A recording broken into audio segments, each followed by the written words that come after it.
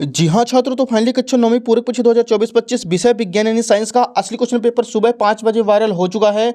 सो दोस्तों, आपको बिल्कुल भी टेंशन नहीं लेना। यदि आपने इस वीडियो को शुरू से लेकर लास्ट तक वॉच कर लिया तो 100% गारंटी है कि आपको एग्जाम में पास होने से कोई भी नहीं रोक सकता। तो दोस्तों, आप देख सकते हैं पेपर का फ्रंट पेज आपका कुछ इस टाइप का होने वाला है। आपको करना क्या है, वीडियो को लाइक कर देना, चैनल को सब्सक्राइब कर देना है और वीडियो को ज़्यादा से ज़्यादा बच्चों को भी शेयर कर देना है। तो चलिए बिना टाइम वेस्ट किए सबसे पहले हम देखने वाले हैं प्रश्न 1 से। सही विकल्प का चयन कर लिखिए। इसका पहला क्वेश्चन है 100 डिग्री सेल्सियस पर जल की भौतिक अवस्था है। इसका आंसर हो जाएगा ऑप्शन नंबर 5 द्रव। सेकंड क्वेश्चन है आयोडीन टिंचर कीटाणुरोधी गुण रखता है। यह विलयन निम्नलिखित में से किसको घोलने पर बनता है। इसका आंसर हो जाएगा ऑप्शन नंबर 7 जल में आयोडीन। क्वेश्चन नंबर 3 है सल्फर परमाणु का परमाणु द्रव्यमान होता है। इसका आंसर करना बच्चों में ऑप्शन नंबर 32। क्वेश्चन नंबर 4 है मैग्नीशियम का सही इलेक्ट्रॉनिक विन्यास है। इसका आंसर हो जाएगा ऑप्शन नंबर 282। क्वेश्चन नंबर 5 है लाइसोसोम उत्पन्न होते हैं। इसका आंसर हो जाएगा ऑप्शन नंबर 5 गाल्जी उपकरण से। क्वेश्चन नंबर 6 है अस्थियों से मांसपेशियों को जोड़ने वाला संयोजी ऊतक है। इसका आंसर हो जाएगा ऑप्शन नंबर 8 कंडरा। क्वेश्चन नंबर 7 है चाल तथा वेग दोनों का मात्रक है। इसका आंसर हो जाएगा बच्चों ऑप्शन नंबर 12 मीटर प्रति सेकंड स्क्वायर। क्वेश्चन नंबर 8 है प्रत्येक वस्तु अपनी अवस्था या स्थिति में परिवर्तन नहीं चाहती है वरन ऐसे किसी भी परिवर्तन के प्रयास का विरोध करती है तो वस्तु के इस गुण को जड़त्व कहते हैं। इसका आंसर हो जाएगा ऑप्शन नंबर 8। तो बच्चों यहाँ पे अपना फर्स्ट क्वेश्चन कंप्लीट हो चुका है। इसका आप लोग फटाफट स्क्रीनशॉट ले लीजिए। नेक्स्ट क्वेश्चन के लिए मूव करते हैं अगले पेज पर। यहाँ पे देखिए प्रश्न 2 है रिक्त स्थान भरिए। इसका पहला क्वेश्चन है ऊर्ध्वपातन प्रक्रम में गैसीय पदार्थ सीधे ठोस अवस्था में आ जाता है। सेकंड क्वेश्चन है अवगाद्रो स्थिरांक 6.022 गुणे 10⁻23 होता है। क्वेश्चन नंबर 3 है अल्फा कणों का प्रकीर्णन प्रयोग द्वारा परमाणु की नाभि की खोज संभव हुई है। क्वेश्चन नंबर 4 है प्लास्टिड 2 प्रकार के क्रोमोप्लास्ट और ल्यूकोप्लास्ट प्रकार के पाए जाते हैं। क्वेश्चन नंबर 5 है आहार नली में चिकनी मांसपेशियां पाई जाती हैं। क्वेश्चन नंबर 6 है विस्थापन प्रारंभिक बिंदु और अंतिम बिंदु के बीच की न्यूनतम दूरी को कहते हैं। क्वेश्चन नंबर 8 है कार्य करने की क्षमता को ऊर्जा कहते हैं। तो बच्चों यहाँ पे क्वेश्चन नंबर 2 अपना पूरा कंप्लीट हो चुका है एंड इसका आप लोग स्क्रीनशॉट ले लीजिए। नेक्स्ट क्वेश्चन के लिए मूव करते हैं अगले पेज पर। यहाँ पे देखिए प्रश्न 3 है सही जोड़ी बनाइए। एक साइड स्तंभ दूसरी साइड स्तंभ। फर्स्ट क्वेश्चन है शुष्क बर्फ। तो इसका आंसर हो जाएगा ठोस CO2। दूसरा है ब्रोमीन अधातु है। तीसरा है अमोनियम NH4+ आयन। चौथा है जेम्स चैडविक न्यूट्रॉन की खोज की थी। पांचवा है पास्कल दाब का मात्रक है। छठवां है 1 किलोवाट। इसका आंसर करना बच्चों में 1000 जूल प्रति सेकंड। सतवां है श्रव्यता परास 20 हर्ट्ज से 20,000 हर्ट्ज के मध्य। आठवां है गाजर घास। तो इसका आंसर हो जाएगा बच्चों पार्थेनियम। यहाँ पे अपना तीसरा प्रश्न भी कंप्लीट हो चुका है। इसका आप लोग स्क्रीनशॉट ले लीजिए। नेक्स्ट क्वेश्चन देखिए क्वेश्चन नंबर 4 हमारे सामने है एक वाक्य में उत्तर लिखिए। पहला क्वेश्चन इसका 100 डिग्री सेल्सियस तापमान को केल्विन इकाई में परिवर्तित करके लिखिए। तो इसका आंसर हो जाएगा 273 + 100 = 373 केल्विन। सेकंड क्वेश्चन है मिश्र धातु पीतल के घटकों के नाम लिखिए। तो इसका आंसर हो जाएगा बच्चों तांबा और जस्ता। क्वेश्चन नंबर 3 है दो कोशिकांगों के नाम लिखिए जिनका अपना DNA होता है। तो इसका आंसर हो जाएगा माइटोकॉन्ड्रिया और प्लास्टिड। क्वेश्चन नंबर 4 है नारियल के रेशेयुक्त छिलके किस ऊतक के बने होते हैं। तो इसका आंसर हो जाएगा स्क्लेरेनाइका ऊतक। क्वेश्चन नंबर 5 है बल का मात्रक है। इसका आंसर करना है न्यूटन। छठवां क्वेश्चन है किसी वस्तु पर 8 न्यूटन का बल लगाने पर वह बल की दिशा में 12 मीटर विस्थापित हो जाती है तो कार्य कितना होगा। इसका बच्चों गुणा कर देना 8 × 12 12 × 96 जूल हो जाएगा। सातवां क्वेश्चन है रबी की दो फसलों के नाम लिखिए। तो इसका आंसर हो जाएगा चना और गेहूँ।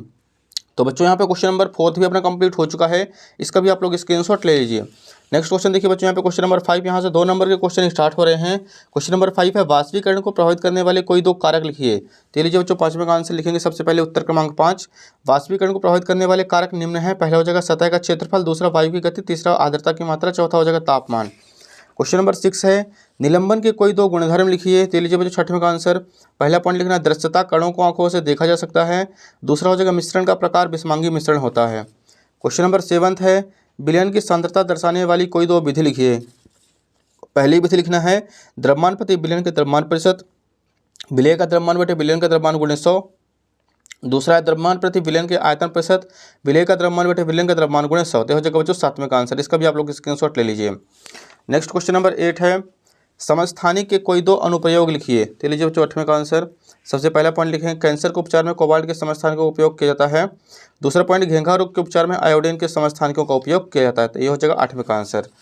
अगले क्वेश्चन के लिए मूव करते हैं नेक्स्ट पेज पर। यहाँ पे क्वेश्चन नंबर 9 है हमारे सामने। यदि तत्व का परमाणु क्रमांक 6 हो तो उस तत्व की संयोजकता क्या होगी। उस तत्व का नाम भी लिखिए। तो लीजिए बच्चों 9वें का आंसर। यदि तत्व का परमाणु क्रमांक 6 हो तो उस तत्व की संयोजकता 4 होगी और उस तत्व का नाम कार्बन होगा और उसका संकेत C होगा। क्वेश्चन नंबर 10 है न्यूरॉन को नामांकित चित्र बनाइए। आप लोगों से बन जाएगा। क्वेश्चन नंबर 11 है एरिओलर संयोजी ऊतक के कोई दो कार्य लिखिए। पहला कार्य लिखना है अंगों के अंदर के स्थान का भराव करने में। दूसरा लिखना भोजन एवं अन्य कार्बनिक पदार्थों का संचय करने में।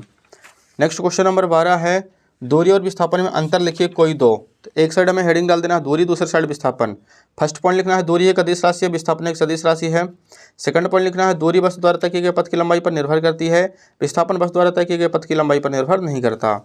नेक्स्ट क्वेश्चन नंबर 13 है न्यूटन का गति संबंधी द्वितीय नियम लिखिए। तो लीजिए बच्चों 13 का आंसर, न्यूटन का गति संबंधी द्वितीय नियम, किसी वस्तु के संवेग में परिवर्तन की दर उस पर आरोपित बल के अनुक्रमानुपाती होती है और यह परिवर्तन आरोपित बल की ही दिशा में होता है।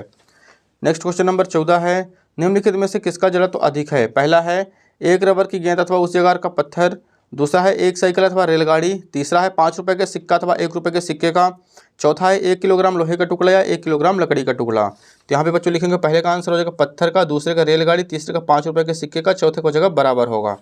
नेक्स्ट क्वेश्चन के लिए मूव करते हैं अगले पेज पर। यहाँ पे क्वेश्चन नंबर 15 है हमारे सामने, आर्किमिडीज के सिद्धांत के कोई दो अनुप्रयोग लिखिए। ये लीजिए बच्चों 15 का आंसर, पहला पॉइंट लिखेंगे जलयानों एवं पनडुब्बियों की डिजाइन बनाने में काम आता है।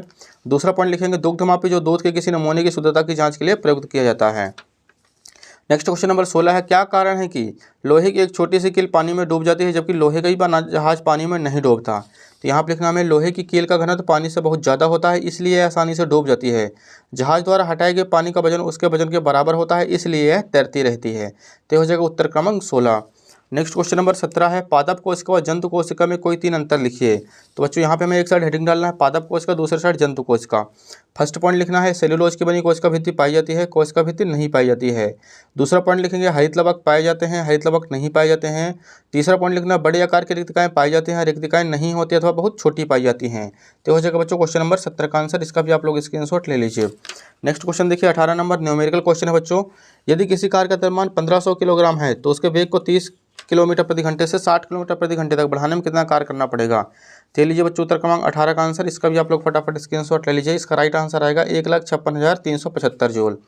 नेक्स्ट क्वेश्चन नंबर 19 है मधु उत्पादन के लिए प्रयुक्त मधुमक्खी में कौन कौन से 3 वांछित गुण होने चाहिए। तो ये लीजिए बच्चों 19 का आंसर, सबसे पहला पॉइंट लिखेंगे छत्ते में शहद को इकट्ठा करने की कुशल दक्षता होनी चाहिए। दूसरा पॉइंट लिखना है अपने शत्रुओं से अपनी रक्षा की सामर्थ्य शक्ति होनी चाहिए। तीसरा पॉइंट लिखना है रानी मधुमक्खी में अधिक से अधिक अंडा पैदा करने की क्षमता होनी चाहिए। तो हो जाएगा बच्चों क्वेश्चन नंबर 19 का आंसर। नेक्स्ट क्वेश्चन नंबर 20 है निम्नलिखित के सूत्र लिखिए। पहला है सोडियम ऑक्साइड, दूसरा है एल्यूमिनियम ऑक्साइड, तीसरा है सोडियम सल्फाइड, चौथा है कैल्शियम कार्बोनेट। तो लीजिए बच्चों 20 का आंसर, सोडियम ऑक्साइड का फॉर्मूला है Na2O, दूसरा है एल्यूमिनियम ऑक्साइड Al2O3, तीसरा है सोडियम सल्फाइड Na2S, चौथा है कैल्शियम कार्बोनेट CaCO3। तो हो जाएगा बच्चों क्वेश्चन नंबर 20 का आंसर। नेक्स्ट क्वेश्चन के लिए मूव करते हैं अगले पेज पर। यहाँ पे हमारे सामने क्वेश्चन नंबर 21 है गति में परिवर्तन की दर को कैसे ज्ञात किया जा सकता है, इसे क्या कहते हैं, इसका मात्रक लिखिए। ये लीजिए बच्चों 21 का आंसर, किसी वस्तु के वेग में परिवर्तन की दर को त्वरण कहते हैं, इसका मात्रक मीटर प्रति सेकंड स्क्वायर होता है तथा यह एक सदिश राशि है।